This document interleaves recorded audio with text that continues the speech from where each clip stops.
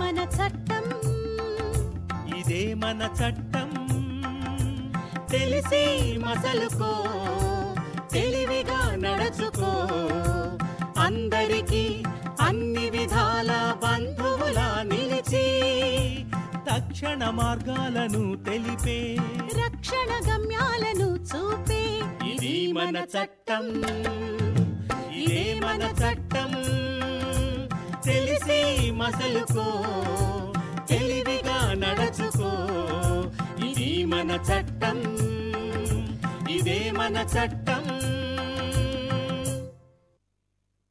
శ్రోతలకు నమస్కారం. ఇది మన చట్టం శీర్షికన చెక్ బౌన్స్ ఈ అంశం గురించి తెలియజేయడానికి ప్రముఖ న్యాయవాది దండెం రామరెడ్డి గారు మన స్టూడియోస్కి ఇచ్చేశారు. వారిని అడిగి తెలుసుకుందాం. నమస్కారం అండి దండెం రామరెడ్డి గారు. నమస్కారం అండి. నిత్య జీవితంలో జరిగే ఎన్నో పనులకి అటు మిత్రుల మధ్య కానీ వ్యాపార రీత్యా కానీ చెక్కులు ఇవ్వడం అనేది పరిపాటి. మనం కొన్ని చోట్ల గమనిస్తుంటాము, చెక్కు ఇచ్చినప్పుడు ప్రామిసరీ నోటు కూడా రాయించుకుంటారు. అంటే ప్రామిసరీ నోటు అదే అమౌంట్కి, ఉదాహరణకి ఒక 10,000 చెక్ ఇచ్చారు, 10,000 ప్రామిసరీ నోటు. ఆ తీసుకున్న అతను రెండింటికి బద్దుడై 20,000 కట్టాల్సిన పరిస్థితి వస్తుందా? ప్రామిసరీ నోటు 10,000కి చెక్కు 10,000కు ఉంటే 20,000 కట్టాల్సి ఉంటుందా అంటారా? అలా లేదండి. ప్రామిసరీ నోట్ అనేది చాలామంది ముందు జాగ్రత్త కోసం ఒక సపోర్టింగ్ డాక్యుమెంట్గా తీసుకునే అలవాటు ఉంటుంది. అది మంచి పద్ధతి. సపోర్టింగ్ డాక్యుమెంట్ లేకపోయినా చెక్ బౌన్స్ కేసుల్లో చెక్కు మీద కూడా కేసు కోర్టుకు వెళ్ళొచ్చు. కానీ ప్రామిసరీ నోటు మరి చెక్ అమౌంట్ రెండు కూడా సేమ్ అమౌంట్ ఉండి ఒకే వ్యవహారం జరిగినందుకు 2 డాక్యుమెంట్స్ ఉన్నంత మాత్రాన్ని డబుల్ అమౌంట్ ఏం కాదండి. దానికి ఇది సపోర్టింగ్ డాక్యుమెంట్. అప్పుడు నాకు అతను డబ్బులు ఇవ్వడము తీసుకోవడం జరిగిందని చెప్పడానికి మాత్రమే పనికొస్తుంది. ఇచ్చిన చెక్కుకి ప్రామిసరీ నోటు రెండు ఒకే ట్రాన్సాక్షన్కి సంబంధించి జరిగినట్లయితే ఎంతైతే అమౌంట్ తీసుకుంటారో దాని పట్లే చెక్కు బౌన్స్ అయినట్లయితే కేసు వేయడానికి వీలవుతుంది. అవునండి. ఈ నెగోషియబుల్ ఇన్స్ట్రుమెంట్స్ యాక్ట్ ప్రకారము ప్రామిసరీ నోటుకి ఏమైనా విలువగానే ఉందంటారా? ఖచ్చితంగా అండి. మామూలుగా చెక్కు ఫెయిల్ అయినప్పుడు నేను అతనికి ఇంత అప్పు ఇచ్చానో లేకపోతే అరువు ఇచ్చానని చెప్పినప్పుడు ఈ యొక్క చెక్ బౌన్స్ కేసు పోయినప్పుడు జనరల్గా అవతల వ్యక్తి అయితే చెక్ ఇచ్చిన వ్యక్తి ఉన్నాడో చాలా ఇతని కేసు నీరుగార్చడానికి అని చెప్పని ఆ వ్యవహారం జరగలేదు అని చెప్పడానికి ఒక రకమైనటువంటి ఏదో కొన్ని కారణాలు నా చెక్కు పోయిందని కానీ లేకపోతే నా చెక్కు నాకు తెలియకుండా ఇతని చేతిలో పోయిందని చెప్తారు. అలాంటి సందర్భాల్లో ఈ ప్రామిసరీ నోటు లేదా బాండ్ ఇలాంటివి ఉన్నప్పుడు, ముఖ్యంగా ప్రామిసరీ నోట్ ఉన్నప్పుడు, ఎందుకంటే ఆ ప్రామిసరీ నోట్ అనేది అన్ని విషయాలు రాస్తారు, పేరు అడ్రస్సు. కాబట్టి అది ఉండడం అనేది చాలా ఖచ్చితంగా ఆ యొక్క చెక్ కేసు వేసిన అతనికి సపోర్టింగ్గా చాలా ఉపయోగపడుతుంది. ముఖ్యంగా ఈ ప్రామిసరీ నోట్లో వివరాలన్నీ విపులంగా రాస్తూ సాక్షి సంతకం కూడా తీసుకుంటారు. ఉండాలండి. సాక్షి సంతకం ఉంటేనే ప్రామిసరీ నోటు యొక్క వ్యవహారం జరిగిందని చెప్పడానికి ఒక ప్రమాణం ఉంటుంది.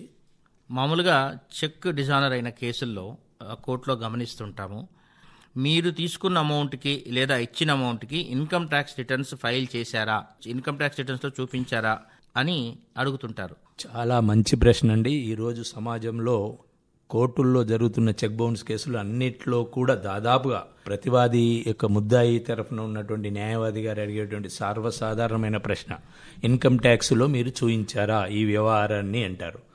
అది చాలా కేసుల్లో మన భారత అత్యున్నత న్యాయస్థానం వారు ఇచ్చిన తీర్పుల్లో కూడా చెప్పడం జరిగింది, ప్రస్తావించడం జరిగింది. అలా ఇన్కమ్ ట్యాక్స్ రిటర్న్స్లో చూపించనంత మాత్రాన ఈ యొక్క చెక్కు యొక్క అమౌంట్ని అది అన్ఎన్ఫోర్సబుల్ డెట్ అని అనడానికి వీల్లేదు అని చెప్పని సుప్రీంకోర్టు వారు కూడా చాలా తీర్పుల్లో చెప్పారు. ఎందుకంటే ఒకవేళ అది అతను చూపించకపోతే ఇన్కమ్ ట్యాక్స్ వ్యవహారాల్లో అది ఇన్కమ్ ట్యాక్స్ డిపార్ట్మెంటు తర్వాత ఈ యొక్క అప్పిచ్చిన వ్యక్తి వాళ్ళిద్దరి మధ్యలో వ్యవహారమే కానీ దానికి డిపార్ట్మెంట్ వాళ్ళు ఏదైనా ఉంటే ఫైన్ వేయడం కానీ లేకపోతే అతని మీద చర్య తీసుకోవడం కానీ జరుగుతుంది. అది separate section 269 income tax act ప్రకారం కానీ 271 ప్రకారంగా ఫైన్ వేయడం ఉంటుంది. కానీ దాంత మాత్రాన ఈ చెక్కు కేసు నీరుగార్చాలనేటువంటి యొక్క ప్రస్తావన మంచిది కాదని చెప్పని రీసెంట్గా కూడా సుప్రీంకోర్టు వారు తీర్పు ఇవ్వడం జరిగిందండి. అలా కండిషన్ ఏం లేదు.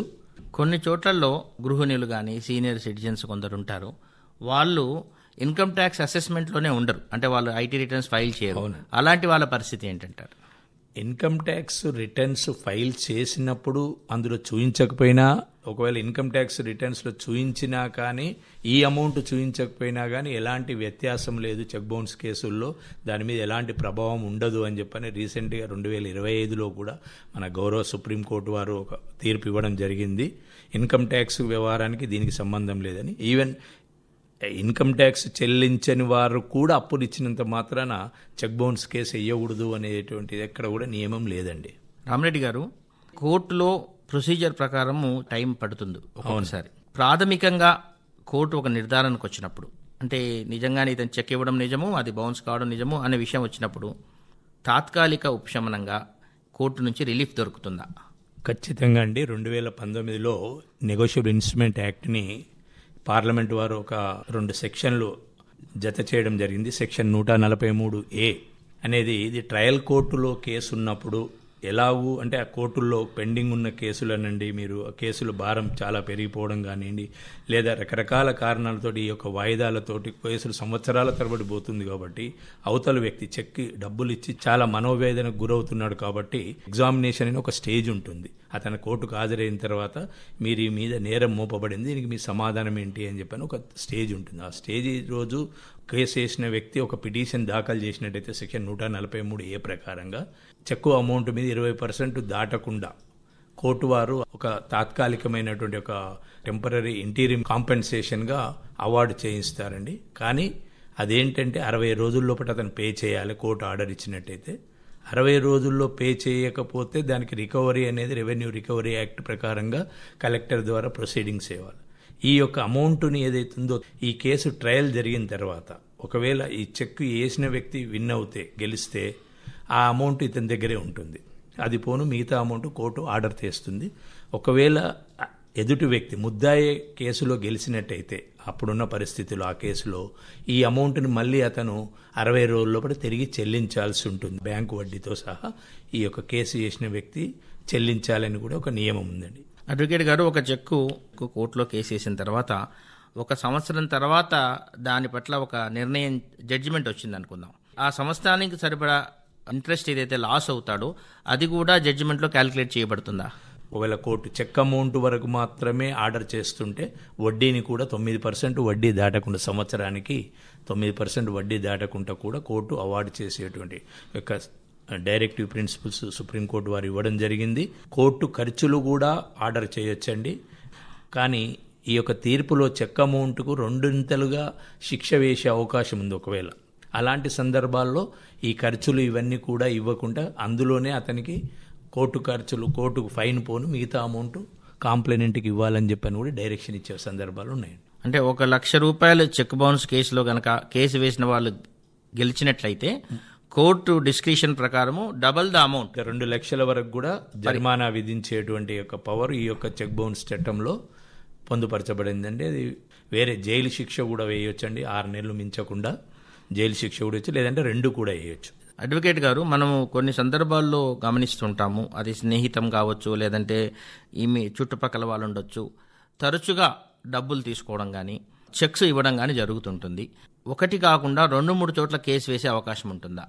సాధారణంగా ఇప్పుడున్న చట్టం ప్రకారం ఏంటంటే చెక్కు కేసు వేయాలంటే ఎక్కడైతే చెక్కు తీసుకున్న వ్యక్తి తన బ్యాంకులో ఎక్కడైతే ప్రజెంట్ చేస్తారో ఆ యొక్క బ్యాంకు పరిధిలో వచ్చేటువంటి కోర్టు జ్యూరిడిక్షన్లో కేసు వేయాలనేది చట్టం అనేది 2015 నుంచి ఆ యొక్క చట్టం వచ్చింది. అంతకుముందుకు ఏంటంటే అక్యూడ్ ప్లేస్ కానీ కాంప్లైనెంట్ ప్లేస్ కానీ వేసేవాళ్ళు. ఇప్పుడు ఏంటంటే ఖచ్చితంగా కాంప్లైనెంట్ యొక్క బ్యాంక్ అకౌంట్ ఉండేటువంటి ప్లేస్లోనే వేయాలి.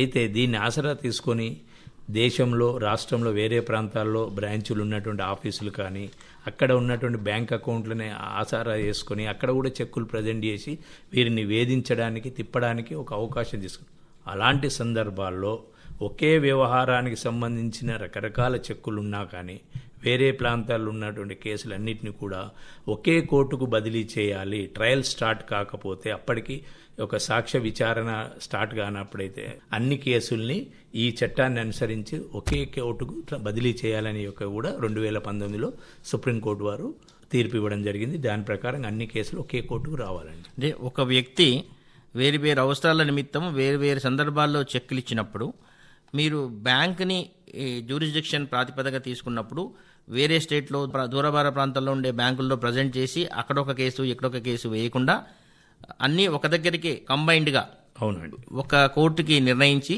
ఈ యొక్క కాంప్లైనెంట్ యొక్క మెయిన్ వ్యవహారం జరిగేటువంటి బ్యాంకు ఏదైతే ఉంటుందో అక్కడికి మాత్రమే మిగతా కేసులన్నీ కూడా బదిలీ చేసేయాలి అని చెప్పని ఒక 2019లోనే తీర్పు వచ్చింది. అప్పటి నుండి అన్ని కేసులు కూడా దాదాపుగా బదిలీ ఒకవేళ అలా కాకుండా అక్కడ సాక్ష్యాలు మొదలైన కేసులు మాత్రం అక్కడే నడుస్తాయండి. ముందు స్టేజ్లో ఉన్నాయన్నీ కూడా ఒకే ప్లేస్కు మార్చాలి అన్నారు.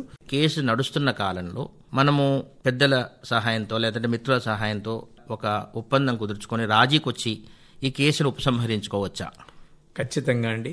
శిక్ష వేయడానికి ఉద్దేశించిందే కానీ అంత మాత్రాన అది పూర్తిగా క్రిమినల్ కేసు కాదు కాబట్టి చెక్కు ప్రజెంట్ చేసిన అతను ఫెయిల్ అయిన సందర్భంలో నోటీస్ ఇస్తారు కాబట్టి డబ్బులు ఇయ్యని పక్షంలోనే కోర్టుకు పోవాల్సి ఉంటుంది. అది ఒక ప్రీ కండిషన్.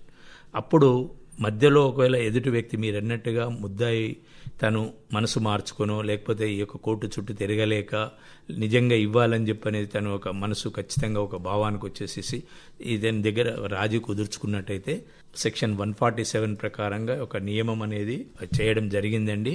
అయితే తను ఇద్దరు ఒప్పుకుంటే మాత్రం ఖచ్చితంగా చేయొచ్చండి. పెనాల్టీ కూడా లేకుండా గతంలో పెనాల్టీ వేసేవారు 10% అని 15%, జిల్లా కోర్టులో అయితే అప్పీల్ కోర్టులో అయితే 15%, హైకోర్టు అయితే 20% పెనాల్టీ కూడా పే చేయాల్సి వచ్చింది. ఇప్పుడు అలాంటివి ఏం లేకుండా కోర్టు వారు లిబరల్గా దాన్ని కాంప్రమైజ్ రికార్డ్ చేసి కేసు క్లోజ్ చేయొచ్చు.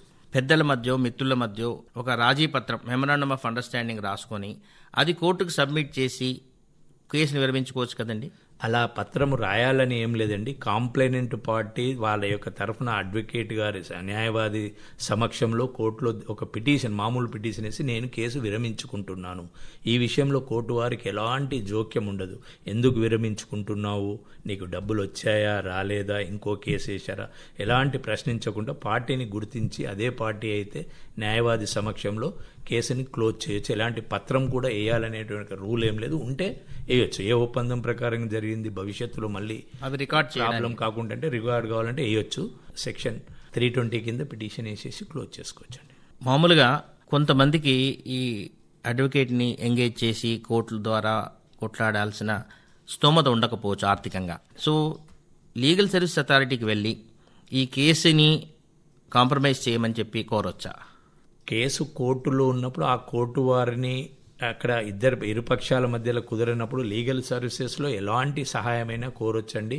మాకు ఉంది, నేను ఈ విధంగా ముందుకు వస్తున్నాను, కానీ ఎదురుపక్షం వాళ్ళు సమ్మతించట్లేదు కాబట్టి కాస్త మా ఇద్దరి మధ్యలో సయోధ్య కుదర్చండి అంటే ప్రతి జిల్లాకు ఒక న్యాయ సేవా సంస్థ ఉంటుంది, తాలూకాకు మండల న్యాయ సేవా సంస్థలు ఉంటాయి. వాళ్ళు కూడా జోక్యం తీసుకొని వీలైతే ఇరుపక్షాలను కూర్చుండబెట్టుకొని ఇద్దరి మధ్యలో వచ్చేటువంటి రాజీ సమంజసంగా కుదిర్చే అవకాశం ఉంది. లేదు అంటే ప్రతి 2 నెలలకు ఒకసారి ఇప్పుడు మన దేశంలో జాతీయ లోక్ అదాలత్ కూడా జరుగుతుంది. అక్కడ కూడా ఒక దరఖాస్తు పెట్టుకున్నట్టయితే పిలిపించి వారి జోక్యం కూడా ఖచ్చితంగా చేస్తారు. ఇది చాలా మంచి అవకాశం అని చెప్పని సర్ది చెప్పే అవకాశం ఉంది.